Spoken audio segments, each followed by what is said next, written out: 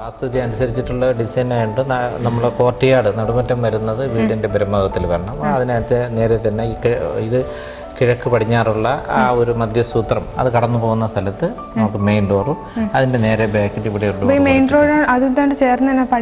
പടിപ്പുര. അപ്പോൾ ഇതെല്ലാം നമ്മുടെ വാസ്തുവിദ്യയുടെ നിയമങ്ങളാണ് അനുസരിച്ചിട്ടാണ് ചെയ്തിരിക്കുന്നത്. പിന്നെ ഈ ഇങ്ങനെയുള്ള ഒരു നമുക്ക് ഒരു ശാസ്ത്രീയ അടിത്തറയുള്ള ഒരു വീട് പണിയുമ്പോൾ ഈ വീട്ടിനകത്ത് നമുക്ക് ആ ഏറ്റവും എനർജി ഊർജം കിട്ടും. അപ്പോൾ നമ്മളെ വീട്ടിനകത്തുള്ള അന്തരീക്ഷം അത്രയും നന്നായി വരികയും വീട്ടിൻ്റെ ഐശ്വര്യം വർദ്ധിക്കുമെന്നാണ് ശാസ്ത്രം പറയുന്നത്.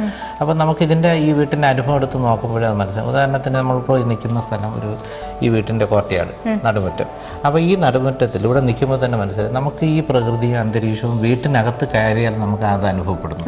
അപ്പോൾ ചുറ്റും ഒരു അങ്കണമുണ്ട്, അതിൻ്റെ നടുമുറ്റമായി അതിന് ചുറ്റുമാണ് നമ്മുടെ ബെഡ്റൂമെല്ലാം ക്രമീകരിച്ചിരിക്കുന്നത്. എന്നാൽ ഊണ് കഴിക്കാനുള്ള ഊൺതള അതിൻ്റെ തൊട്ടടുത്തായിട്ടുണ്ട്, അതിനോട് ചേർന്ന് കിച്ചൺ. അപ്പോൾ കൈകാര്യം ചെയ്യാനുള്ള സൗകര്യം, പ്രൈവസി, എന്നാൽ നമുക്ക് എല്ലാ വീട്ടിലുള്ള അംഗങ്ങളുമായിട്ട് ഒരുമിച്ചൊക്കെ ഇരുന്ന് കാര്യങ്ങൾ സംസാരിക്കാനൊക്കെ ഉള്ള അങ്ങനെയുള്ള ഒരു വീട് അതാണ് നമ്മൾ ഈ പഴയ നാലുകെട്ടത്തിൻ്റെ ഒരു ഏറ്റവും വലിയ പ്രത്യേകത.